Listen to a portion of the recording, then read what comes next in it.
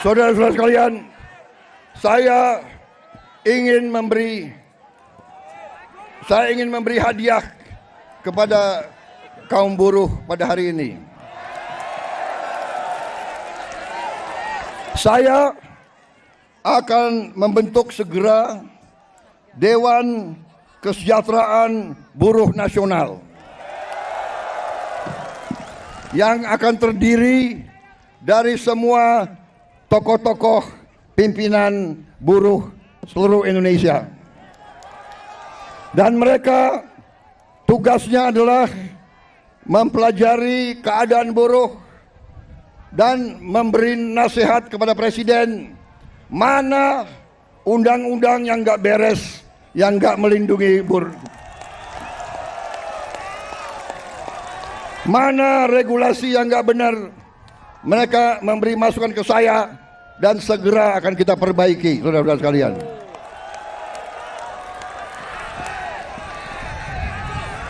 Saudara-saudara sekalian, kita juga atas saran dari pimpinan buruh, atas saran dari Pak Said Iqbal dan Pak Jumbur, kita akan segera membentuk Satuan Tugas PHK. Kita tidak akan membiarkan rakyat kita tidak akan biarkan pekerja-pekerja di PHK-kan seenaknya.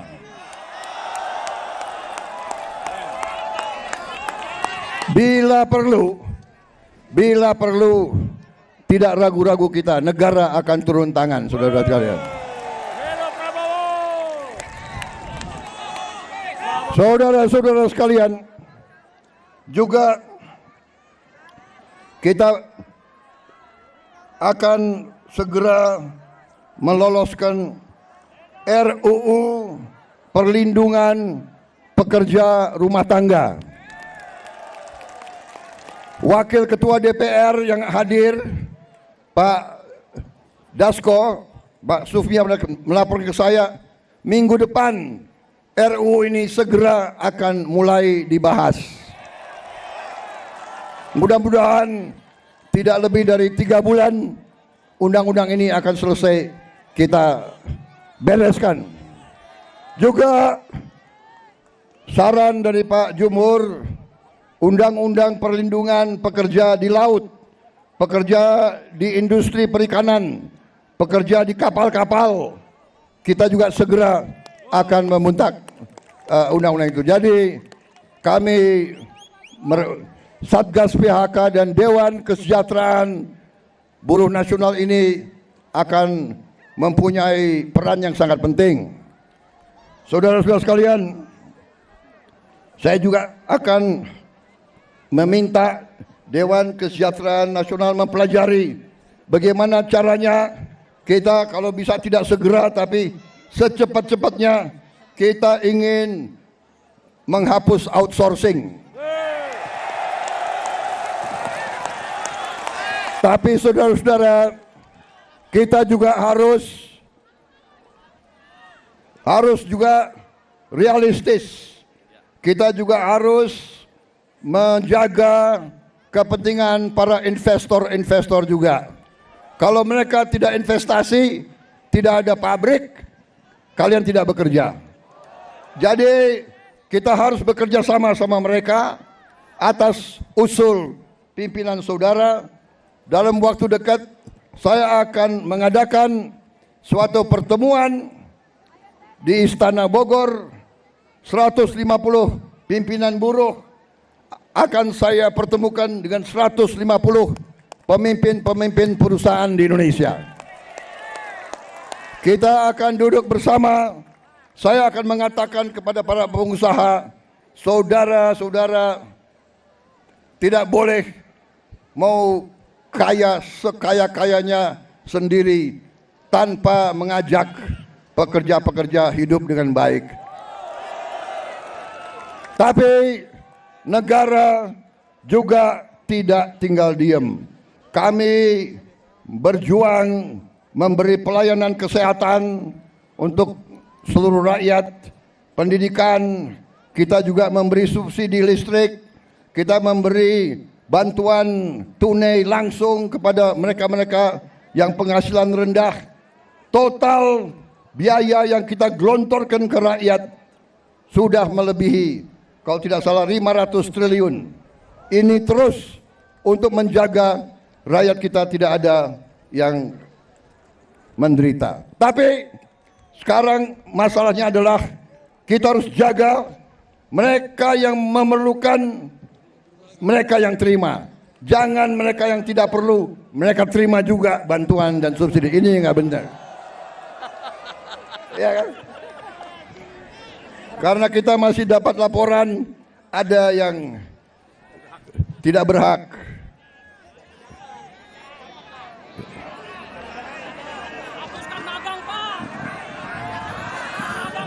Saudara-saudara sekalian,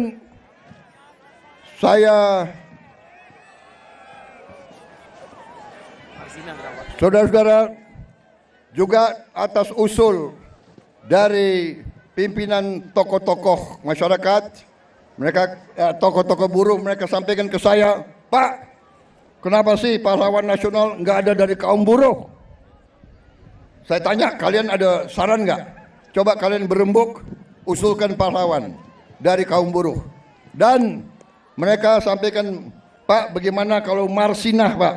Marsinah jadi pahlawan nasional. Asal seluruh pimpinan buruh mewakili kaum buruh sepakat, saya akan mendukung Marsinah menjadi pahlawan nasional.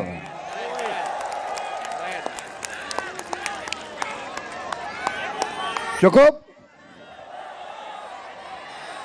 Cukup?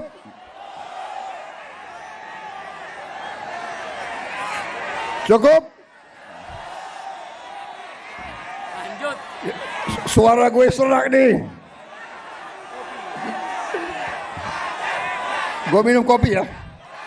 Minum kopi. Boleh gue minum kopi ya?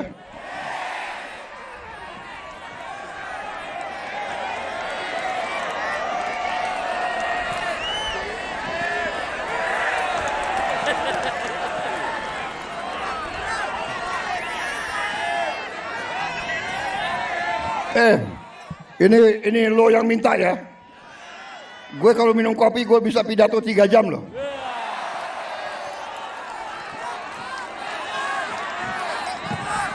Lo orang gak kepanasan ya?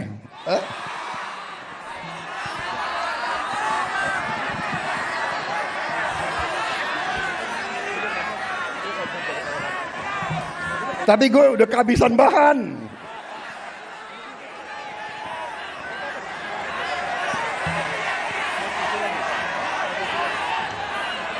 Saudara-saudara, dalam rangka juga pemberantasan korupsi, saya mendukung undang-undang perampasan aset. Saya mendukung.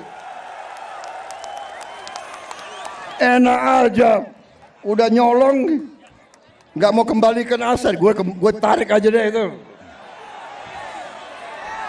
Setuju? Bagaimana kita teruskan? Kita teruskan perlawanan terhadap koruptor. Nanti lu dikasih duit, lu demo untuk koruptor. Hah? Benar ya? Awas lo. Gue heran di Indonesia ada demo mendukung koruptor, gue heran tuh.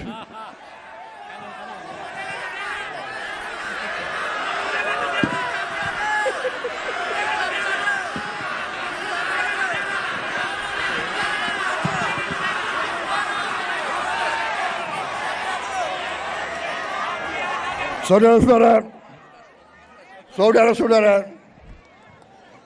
saya punya teori ekonomi sangat sederhana. Kalau orang-orang yang berpenghasilan rendah mendapat penghasilan yang cukup, dia punya daya beli. Kalau lo orang gajinya cukup, pasti lo ingin beli barang, benar nggak? Lo pasti ingin beli sepatu untuk anakmu. Ingin beli baju untuk istrimu, ingin beli motor untuk dirimu sendiri. Benar? Berarti pabrik sepatu hidup, pabrik baju hidup, pabrik motor hidup. Berarti si pengusaha juga akan menikmati semua untung. Berarti mari kita bangun Indonesia, mari kita jaga kekayaan Indonesia, supaya kekayaan Indonesia dinikmati oleh seluruh rakyat Indonesia. Saudara-saudara, kita akan tegakkan undang-undang yang benar.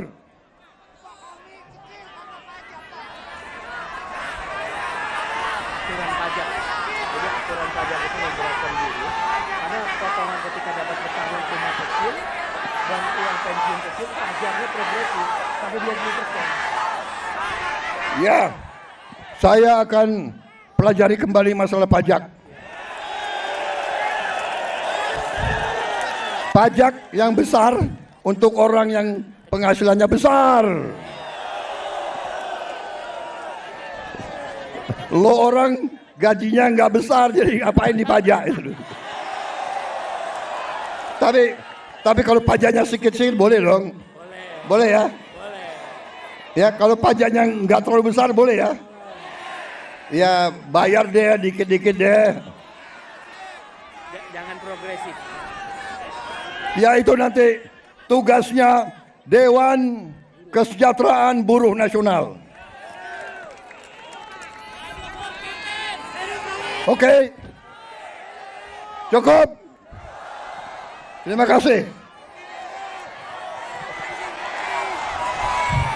Wassalamualaikum warahmatullahi wabarakatuh.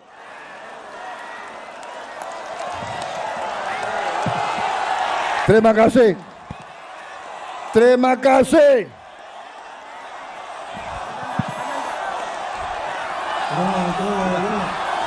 Depan, Pak. Terima kasih. Terima kasih. Kalian pada sabar menunggu saya. Kalian panas-panas mau dengarkan pidato saya. Terima kasih.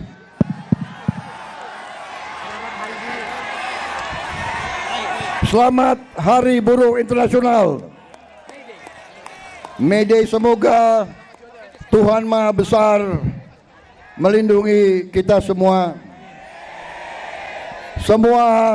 Semoga kita bekerja terus bersama-sama. Saya minta dukunganmu. Saya minta bantuanmu. Bersama-sama kita selamatkan kekayaan rakyat, kekayaan negara kita. Kekayaan rakyat, kekayaan negara harus dinikmati oleh seluruh rakyat Indonesia.